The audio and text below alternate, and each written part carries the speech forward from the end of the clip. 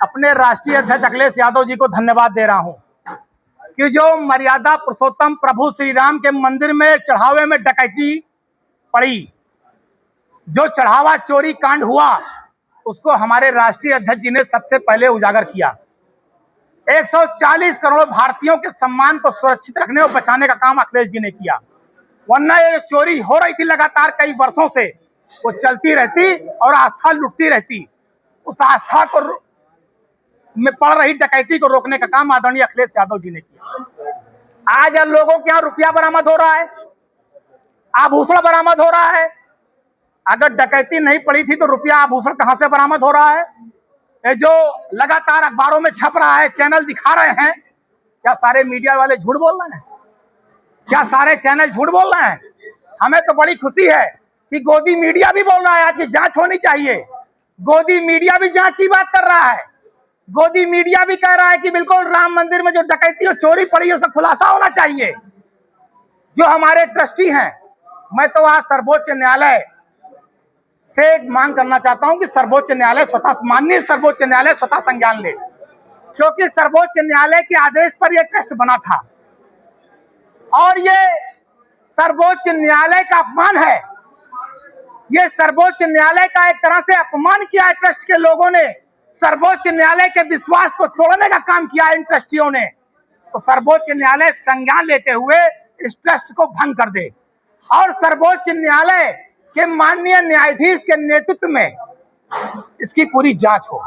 और जब तक सत्यता सामने ना आ जाए, दूध का दूध पानी का पानी ना हो जाए, तब तक इन सदस्यों के राम मंदिर में प्रवेश पर रोक लगा देनी चाहिए, इनको वर्जित कर देना चाहिए। आप बताइए, जिस तरह से चोरी हुई, जिस तरह से डकैती हुई, लगातार लोग ठगे गए। यह अयोध्या मर्यादा पुरुषोत्तम प्रभु श्री राम की नगरी, ये मर्यादा के लिए जानी जाती है, माता सीता के समर्पण, लक्ष्मण जी के त्याग के लिए जानी जाती है।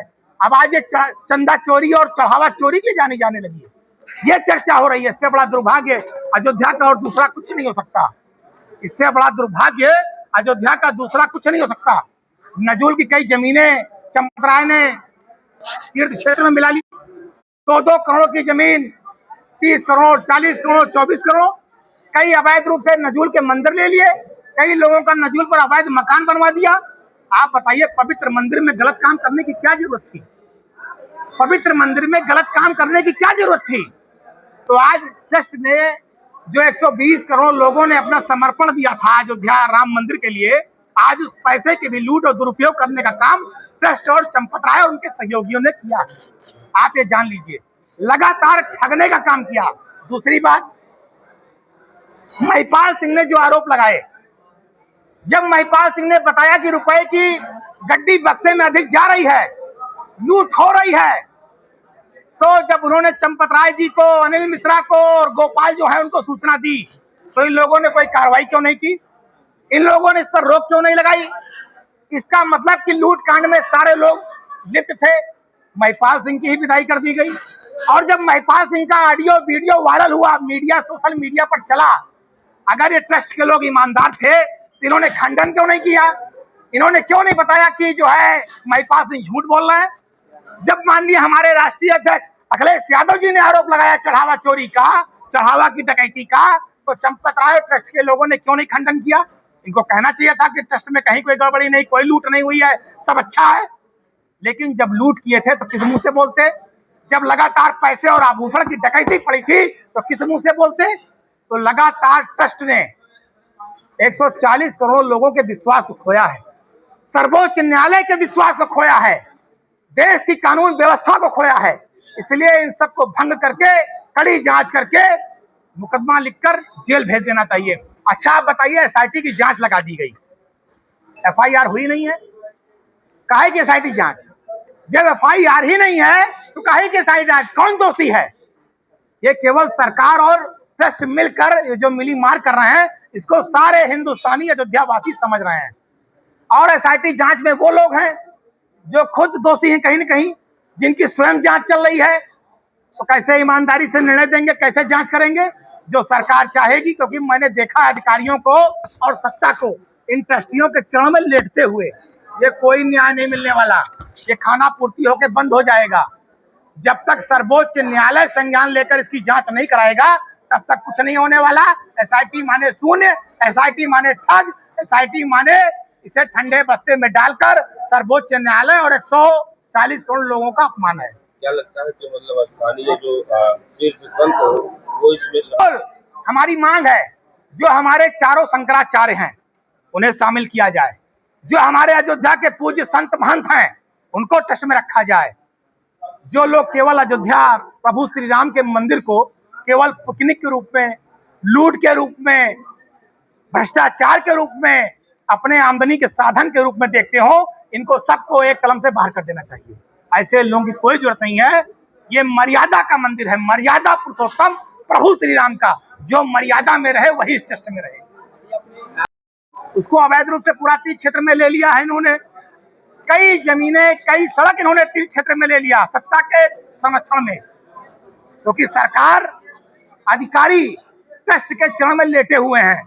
तो इस गुंडई का प्रयोग करते हुए चंपत राय जी ने अयोध्या में बहुत से मंदिरों को, जमीनों को ले लिया, बहुत से मंदिर ले लिए, सड़क ले लिया। लेकिन अगर इन सारे तथ्यों की जांच होगी, क्योंकि इन सारी घटनाओं से जो प्रभु श्री राम के मंदिर की पवित्रता है वो खंडित हुई है, विश्वास खंडित हुआ है, भ्रष्टाचार हुआ है।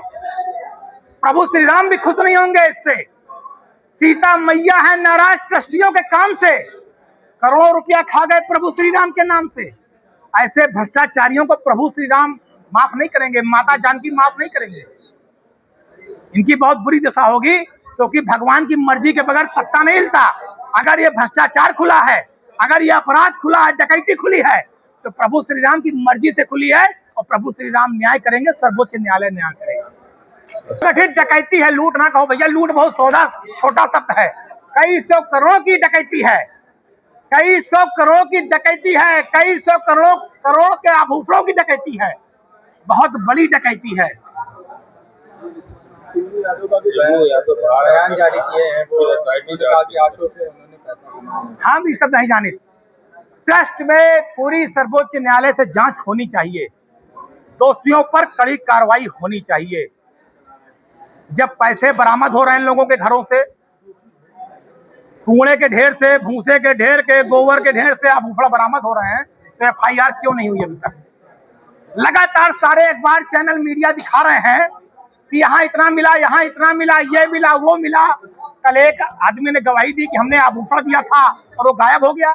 लोग मीडिया में आके बोल रहे हैं। जब इतनी सारी घटनाएं हो रही हैं, साक्ष्य मिल रहे हैं, पैसा मिल रहा है, तो एफआईआर क्यों नहीं हो रही है? एफआईआर का ना होना यह साबित करता है कि ट्रस्ट के संरक्षण में संगठित डकैती हो रही थी। 120-40 करोड़ लोग और सर्वोच्च न्यायालय के विश्वास से लगातार ये ट्रस्ट खेल रहा था।